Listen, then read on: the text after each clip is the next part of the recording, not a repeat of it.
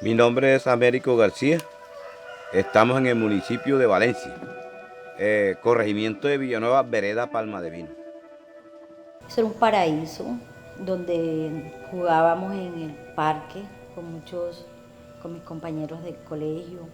Vivía con mi papá, Luis Manuel García López, y mi mamá Aida Cervantes Martínez, 6 hermanos. Y eso era un paraíso, como le digo, se reinaba una armonía, una paz, una tranquilidad, muchos árboles, el río Sinú, que está cerca de Villanueva. Sí, de Villanueva tengo los mejores momentos vividos en mi infancia. Ese era un pueblo tranquilo, pacífico, de gente amable, de gente trabajadora. Yo recuerdo pues una infancia muy feliz, donde uno no tenía zozobra, donde uno veía mucha solidaridad dentro de las personas, las familias. Villanueva era un pueblo de gente humilde, trabajadora. Mi papá se llamaba Luis Manuel García López, fue concejal 8 años en Valencia y era un hombre que amaba a su comunidad, a Villanueva, y le trajo un progreso muy grande a Villanueva. Después de muchos años de trabajo regresó nuevamente a La Palma de Vino, una vereda del corregimiento de Villanueva. Compró una finca, se llamaba La Colombianita. Posterior a muchos años allí, se trasladó a Villanueva, compró una casa en Villanueva donde vivimos parte de mi infancia con mis hermanos y nos establecimos en Villanueva. Y tuvo tiendas, mesas de billares, a montar espectáculos de boxeo, a traer películas. Esa era la actividad que él hacía. Y como líder, pues ayudaba mucho a la gente. Mi hermano eran las personas que si le tocaba sacarse su bocado de la boca para compartir con otra persona, lo hacía. Porque un señor que no le hacía daño a nadie, al contrario, hacía lo que no hacía cualquier persona. Hacía más que el alcalde, con decirle eso. El 26 de noviembre de 1988. Eso fue un sábado y llegaron unos señores de Las Tangas. Las Tangas es una finca de Fidel Castaño en ese entonces.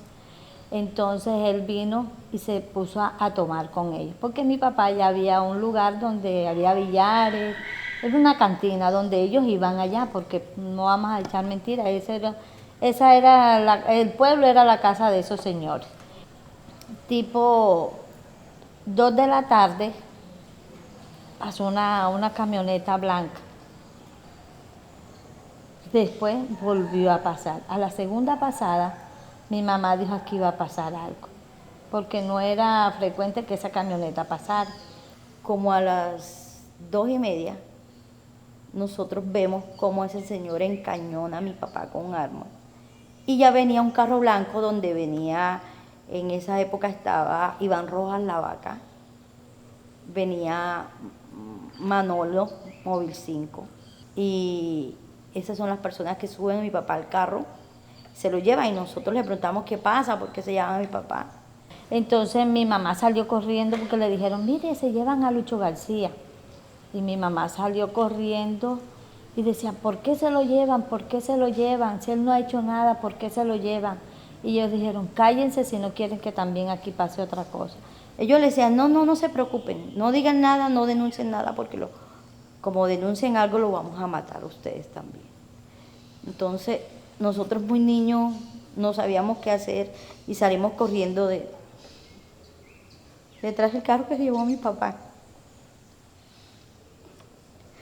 Ese carro se dirigió a la finca Las Tangas y en la puerta de la finca al ingreso, ahí había un símbolo de la muerte y decía no pasar. Entonces los señores que estaban ahí vigilando desaparecían, no pasen porque los matan.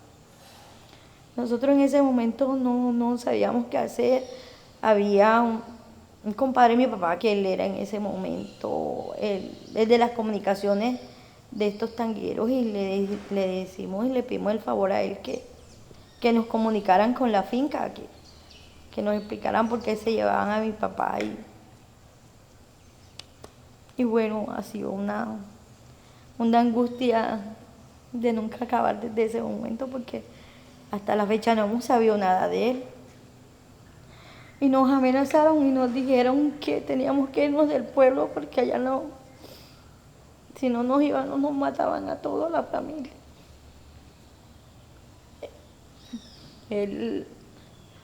Salimos sin nada. Salimos sin nuestro padre. Salimos de una forma horrible, como miles de colombianos que han vivido la violencia. Sabe lo que duele un momento de estos.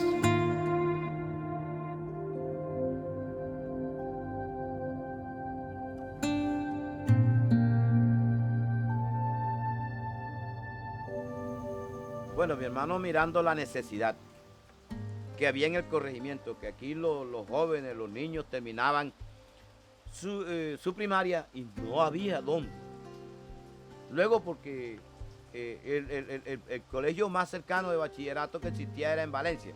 No había vía y las condiciones económicas pues, de los estudiantes, de los padres de familia no eran las mejores para sostener ni siquiera aquí en Valencia un hijo para que estudiara su bachillerato, ahora menos en Montería.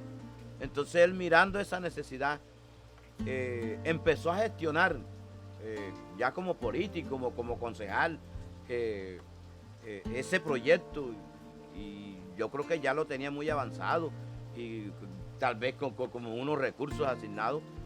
Entonces, como Fidel Castaño pues estaba aquí, era el dueño de esas tierras, él como que se le acercó a pedirle que le colaborara con un lote de terreno donde se pudiera construir ese colegio.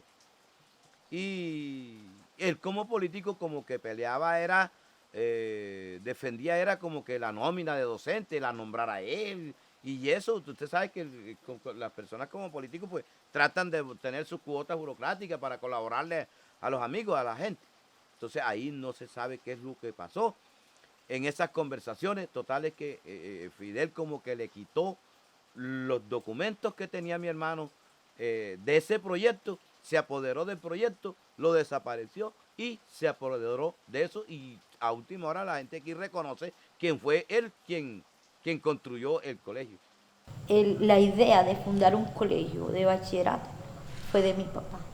Desafortunadamente no le permitieron a estos grupos de margen de la ley, como Fidel Castaño, Carlos Castaño, no le permitieron a él finalizar ese proyecto, ¿sí?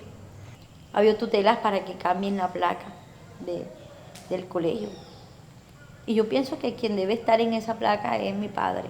¿Para qué va a haber una placa donde uno sabe que esos señores no merecen estar ahí? Ese nombre Fidel Castaño no merece estar ahí. Porque es una persona que le hizo daño y nos hizo daño a nosotros como familia. Entonces algo que da rabia, da tristeza ver eso. Que un pueblo acepte eso también. Donde los niños cuando estaban pequeños lo que querían era coger un arma y no, yo quiero ser como Fidel Castaño, yo quiero ser como Julanito. ¿Qué hizo mi papá en ese entonces? ¿Qué quería mi papá? Mi papá gestionó ese colegio. Mi papá gestionó ese colegio para tener un mejor futuro los niños de Villanueva. Mi papá, yo creo que eso fue una de las cosas que hizo que se lo llevara. Nosotros, hay muchas personas que cometen el error, dicen, no, es que tú no eres víctima porque aquí a ti no te mataron el hermano, a ti no te mataron el papá, a ti no te mataron a un hijo, ya, o cualquier hecho. Víctimas somos todos, pero si a ti te dicen, te tiene que dormirse a las 6 de la tarde, usted es víctima. Usted es víctima porque usted le están restringiendo su libertad, su modo de pensar. ¿Cuándo es víctima usted? Cuando usted no puede expresar lo que usted quiere. Por temor, y si usted lo expresa, lo pueden matar. Yo quiero que mi voz sea escuchada en Colombia e inclusive a nivel internacional para que miren cómo es un pueblo, cómo masacran a un pueblo, cómo un Estado permite que a un pueblo lo masacren, lo secuestren. Es muy traumático no tener una tumba donde diga aquí están los restos de mi padre, ¿no? Pero seguimos en la búsqueda, pero no hemos tenido información que nos diga dónde se encuentran los restos de mi papá. Que lo extraño, que me ha hecho mucha falta en todo el transcurso de mi vida. La voz de un pueblo.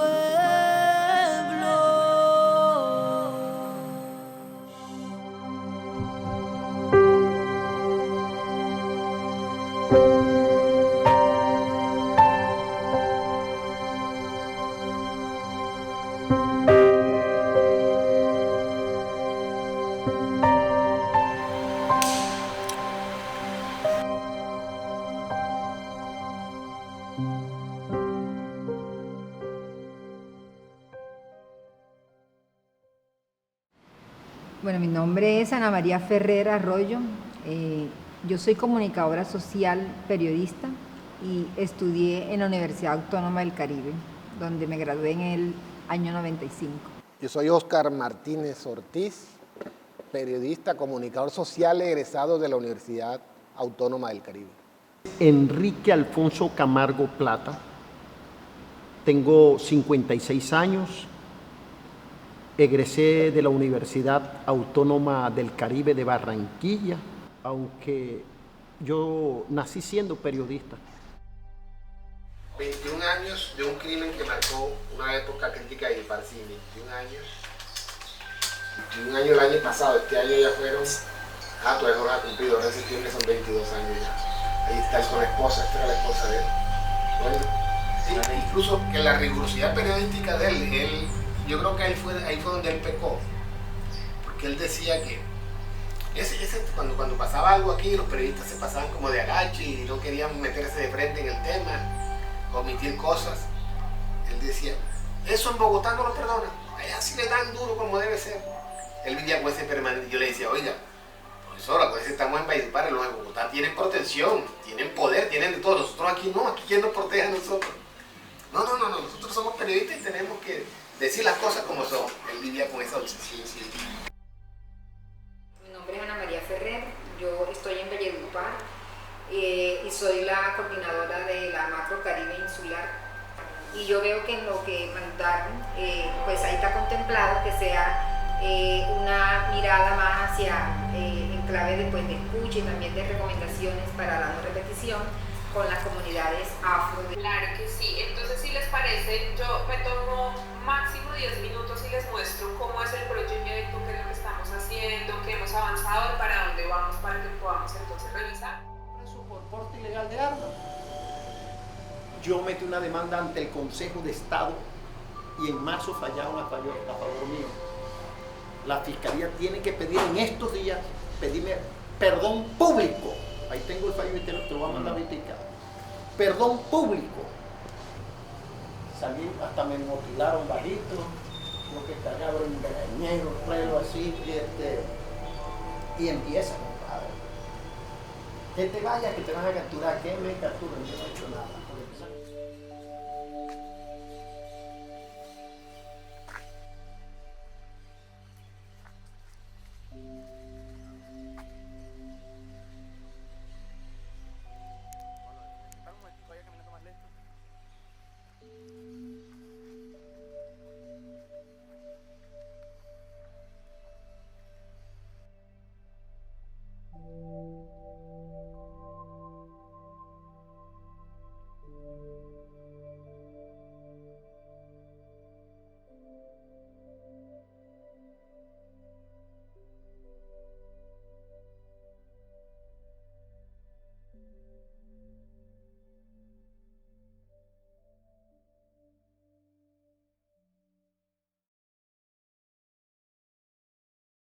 Me dediqué a hacer periodismo de otra manera.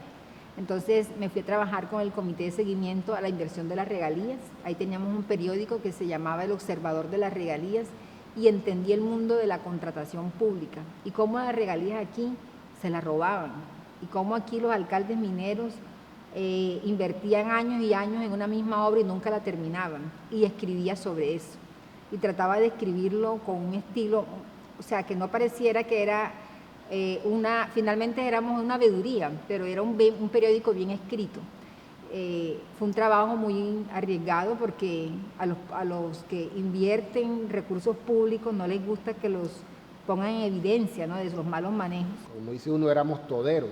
Escribíamos de política, de economía, noticias generales, noticias judiciales, hasta deporte. Una vez me tocó cubrir un partido de fútbol, en fin, y me asignaron una página completa para ese partido. Bueno, hicimos de todo.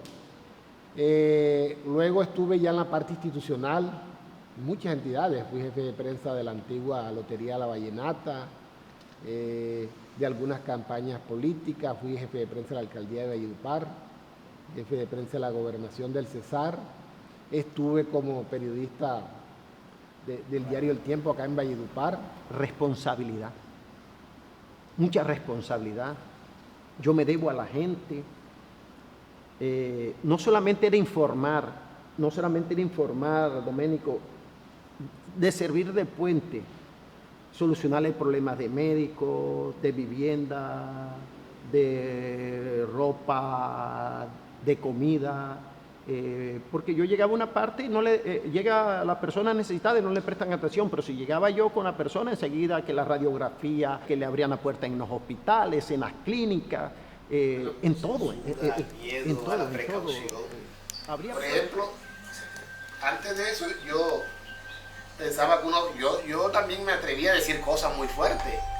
Recuerdo que una vez al actual alcalde de Valledupar le sacó un informe donde le dimos, pero de cosas que nadie se atrevía a decir, y yo las dije en un informe. Y eso provocó que la alcaldía hiciera un consejo de gobierno para analizar el tema. Incluso algunos propusieron que bloquearan el periódico donde yo trabajaba, que era El Piloto, que no le dieran pauta o que pidieran la cabeza mía, que no, periodista no garantiza, lo de siempre. Una amenaza que creo que partió en dos mi vida porque me dio mucho miedo. Aunque me habían amenazado en el año 2000 y tuve escolta, tuve acompañamiento de la SIJIN, estaba más joven y yo creo que eso también ayudó mucho. Eso fue un año después de lo de Guzmán, pero en el 2011 cuando me amenazaron, sí o sea, lograron el fin, porque el fin de una amenaza no siempre es matarte, no es quitarte la vida, sino es como quitarte la voluntad, como quitarte las ganas, y a mí me la quitaron. En el 2011 la amenaza, pues sí me tuve que ir un tiempo, me fui 3 meses solamente. Y en esos 3 meses sufrí de mucha ansiedad porque estaba lejos de donde yo era, de mi familia, de lo que hacía. Y cuando regresé yo dije, yo no voy a escribir más, no quiero. A mí siempre se me quitaban las ganas. ¿Por qué dejó el ELN de amenazarme? Porque por ventura, allá está nuestro Señor Jesucristo, llamó para una entrevista Francisco Galán y le conté, y dijo, el ELN no mata periodistas. Pero ahora voy a lo tuyo. Por esa defensa a la comunidad, que podemos ir a Río Seco, la policía con el maldito contrabando de la gasolina de Venezuela vino a denunciar a la policía de Vadillo. Y yo, por defender a la comunidad, los entrevisto. Y me puse la lápida y me dijo Miguel Aroca, un veterano periodista, no lo hagas. Sí lo voy a hacer. No entendí. No lo hagas. Y lo hice. A los 3 días me estaban esperando para fusilarme. Me capturaron. Zona rural, pasando un río, policías mojados, húmedos, botas en la mano, me van a matar. Pero uno defiende al hijo. Y yo me salí del carro y le dije al chofer, bájese corriendo. Y le cerré el carro. Cuando me llevan unos 300 metros y ya iba a fusilarme, yo temblaba. Se presentó mi hijo y lo agarró por aquí. Yo le decía, no me dejas matar, que yo tengo los hijos míos pequeños, todos tan pequeños. Había una de 1 año. Me dijo de todo, me dijo, tú has sido guerrillero, eres paramilitar, dijo que, bueno, lo que usted se ocurra. Y llegó otro policía que estaba cuidando para que no entrara gente a la trocha. Oye, Curso, no podemos justificar baja de menores. Eso nunca se lo comenté más a mi hijo. Y lo pueden hablar. Hoy tiene 21 años, ejerce periodismo conmigo, está estudiando Derecho, lo pueden constatar. Me torturaron en la policía. Durante un día no tomé agua. Y los que estaban, me metieron en una celda para que unos presos me lincharan, me pegaran, porque en la emisora habíamos dicho que los habían cogido atracando. Los tipos no me hicieron nada. Me pasaron en tiempo récord a la cárcel judicial. Y en la cárcel judicial, yo no sé por qué yo llegué triste y me dijeron, no te pongas triste, la sacaste, te iban a matar. ¿Cómo que me iban a matar? Ya yo sabía. Y ojo, te van a matar. 5 días duré en la cárcel judicial por fabricación y porte ilegal de armas de fuego cuando yo tenía carro blindado y escoltas del Estado. Cometí 2 veces un error, dejé los escoltas. Cuando matan a Guzmán Quintero, nosotros abrimos los ojos a la realidad. O sea, nosotros pusimos los pies sobre la tierra y nos dimos cuenta que nosotros lo que estábamos haciendo teníamos que reevaluarlo, teníamos que reflexionar. Y comenzamos y caímos en algo que es muy grave para el periodismo, que lo mencionaste tú, Enrique, hace un rato, que es la autocensura. Llegar del cementerio ese día, y lo recuerdo como si fuera ayer, y me da mucha nostalgia, y son como los golpes que uno dice, ¿qué estoy haciendo? Y a partir de ese momento nosotros, Oscar y yo, nos mirábamos mucho como, ¿qué vamos a escribir para mañana? ¿Qué vamos a hacer de aquí en adelante? ¿A quién van a matar? Y la verdad, uno vivía con mucho miedo porque sentíamos que a Guzmán lo habían matado por lo que escribían. Cuando pide la tercera cerveza, que ya la va a poner el muchacho que nos está atendiendo, yo trato como de pararme y digo, oiga, profesor, usted nunca cumple, usted sí es una vaina. Y me dice, oiga, profe, no, la del arranque. Por eso esa palabra a mí se me ha quedado grabada, esa frase, la del arranque. Cuando él dice el arranque, veo que hace así, yo trato de mirar porque veo que se sorprende, y cuando trato de mirar siento el hombre aquí, descargó la pistola aquí al lado mío, yo sentía las candelitas aquí al lado de mí. Bueno, de ahí para adelante uno es cuestión de segundos que uno no recuerda exactamente lo que sucedió en esos fragmentos de segundos ahí, pero sí recuerdo mucho al interrogante que tú haces, que me quedó muy marcado eso, que él vivió ese momento ahí como de su mayor entusiasmo, su mayor emoción por la labor que venía ejerciendo de periodista. Yo sí creo que aquí hay mucho talento y hay muchas ganas de hacer cosas bien como periodistas, ¿no? Pero si antes teníamos la intimidación armada de manera directa, como lo vivimos en El Pilón, como lo vivió Enrique en Radio Guatapurí, y ahora no la tenemos de esa misma manera, pero hay una intimidación que es la parte económica. Eso es lo que está matando al periodismo regional, y no solamente es en Valledupar, sé que en todas las regiones se está presentando. En el mundo. El periodista no tiene cómo vivir dignamente de su profesión. Y eso conlleva a hacer acciones poco ortodoxas, ¿no? Ya eso lo sabemos, porque la necesidad obliga. La obligación de sostener un hogar, de vivir, obliga al periodista a apartarse un poco de ese romanticismo con el que uno regresa o sale de la universidad. Y si hablamos en términos generales, el periodismo vallenato siempre ha estado solo. Claro. Miren, si una noticia de algo que le sucede a un periodista en Valledupar no sale en un medio nacional, si no se pronuncia, y yo aquí sí voy a resaltar la labor que desde el año 97 viene cumpliendo la Fundación para la Libertad de Prensa. Yo desde el año 2003 soy su corresponsal ad honorem en el departamento del Cesar, y mi labor es escuchar al periodista en la región y comunicar allá que está pasando algo. Cuando la FLIT, incluso está FECOLPER, emiten un comunicado donde dicen en Valledupar el periodista XX fue amenazado, recibió un panfleto, fue obstruida su labor como periodista, ya eso es visible a nivel nacional. Es la única manera de que nosotros tengamos un poco de respaldo. Hemos modernizado y ahora no pueden tapar una noticia porque existen las redes sociales. Que Juan de los Palotes no tiene credibilidad, pero Oscar sí. Y Oscar lo dice en su Twitter, y lo dice en Instagram, y lo dice por Facebook Live, y lo transmite en directo, pero él sí tiene credibilidad. Y si lo hace ella, también tiene credibilidad. Se democratizaron los medios. Ah, que echan mentiras, sí es verdad. Pero prevalecerá el criterio de aquel que ha dicho la verdad toda la vida, porque el periodista es el profesional de la verdad.